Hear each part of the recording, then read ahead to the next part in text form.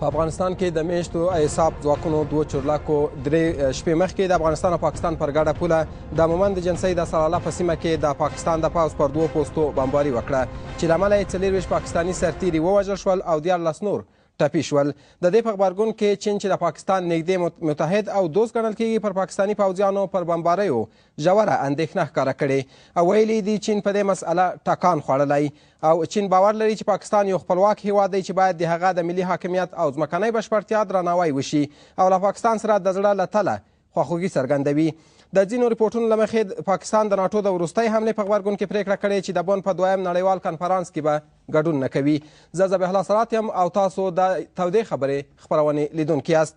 زموږ نوی بحث همدې موضوع ته ځانګړی شوی. زموږ سره په دې بحث کې د ولسي جرګې غړی ګلپادشاه مجیدي، د ولسي جرګې پخوانی غړی مجید خان، د پوځي چارو کارپو عبدالولي توپان ترکی او د سیاسي چارو کارپو قاضي محمد حسن حقیار راسره په خپرونه کې دي. تاسو ته ښه راغلاست. خپرونې ته بخیر راغلی. تاسو ته خپله دغه برید چې په پاکستان په پوسته باندې ترسره شوی دی او د خپله ویل کېږي دغه پوسته اوس نوې جوړه شوې وه او کله چې افغان او ناټو ځواکونه هغلته وسوال طالبانو پر ضد باندې عملیات کول د دوی له انده څخه دوی وایي چې هغلته د هغې پوستې له لوري په دوی باندې حمله شوې ده او دوی متقابل برید کړی دی چې په هغې کې اوس ویل کېږي چې د 24 په شاوخوا کې پاکستاني سرتیري وژل شوي دي. یعنې تر اوسه پورې کله نه ده معلومه چې په رښتیا هم د پاکستاني سرتیرو له لوري په افغان او ناټو ځواکونو باندې حمله شوې ده او که نه خپله ناټو ځواکونو دغه پوسته تر خپل هدف لاندې بغیر دې څخه چې په دوی باندې کومه ناخوښي دوی دا کړنه ترسره کړې. څه فکر کوئ چې اول د دغې پوستې یو شمېر کسان په دې اند باندې چې دغه پوسته خپله د افغانستان په خاوره کې د خاوره د افغانستان ده او دوی وایي چې څه موده مخکې دغه خاوره پاکستاني ځواکونو لاندې کړې ده، په دې اړه ستاسو نظر څه دی؟ بسم الله الرحمن الرحیم. مننه ډېره زیاته. اصلا اول به په دې موضوع وغږیږو چې دا پوسته چیرې ده او د چا په خاوره کې ده. تقریبا دا پوسته د هغه تاریخي ډیورن کومه کرښه چې وه د هغې نه دې خواته 50 کیلومتره لا زیات د افغانستان خاوره کې جوړه شوې ده چې دا مستقیما د افغانستان خاوره ده، د افغانستان کلي دي دلته جوړه شوې ده او دا پوسته تقریبا د 2004 په اواخرو یا د 2005 په اوایلو کې د پاکستاني فوز د یرغل په نتیجه کې دوی مخکې تګ وکړلو او دلته یې جوړه کړله. په همغه وخت کې د منطقي سپینګیرو چې زه خپله شاهد یم د منطقي سړی یم هغوی عکس العمل وښودلو مګر چون په هغې وخت کې دغه اردو امنیتي قواوې یا د تنظیمونو پورې تړلې وي او یا دا وي چې ځینې مشخص زورواکي په لاس کې واقع و په سر کې واقع وه نو هېڅ عکس العمل ونه ښودل شو. دا ډېره ښکاره خبره ده چې دا د افغانستان کلي دي او د افغانستان خاوره ده. رضو د تعرض په باره کې دا تعرض تقریبا ایساف قواوې او د افغانستان قواوې دا اولین ځل نه دي چې په دغې منطقه کې د تصفیوي عملیات سرته رسوي. نو تصفیوي عملیات معمولا په هغو سیمو کې لا تر اوسه د افغانستان حکومت او خلکو سرته رسولي چې هغه د افغانستان منطقه ده، د افغانستان کلي دي. دوی په همدغه کلي چې دوی پکې واقع دي دا د افغانستان کلي دي. تصفیې دپاره تللي وی دې نه 2-3 ورځې مخکې م عملیات کړي وی، د هغې نه یوه ورځ وروسته یې م عملیات کړي وه. نو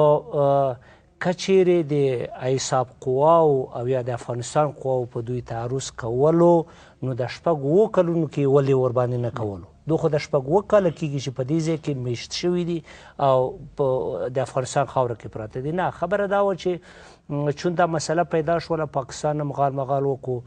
دلته افغانستان کې هم غوغا پیدا شوله. ما د دې موضوع هغه د حقایقو د معلومېدو په خاطر باندې د منطقې د خلکو سره موږ پیژنو، کلی و کور و داسې خلک یو سره د یوې منطقې خلک ما تماسونه ونیول.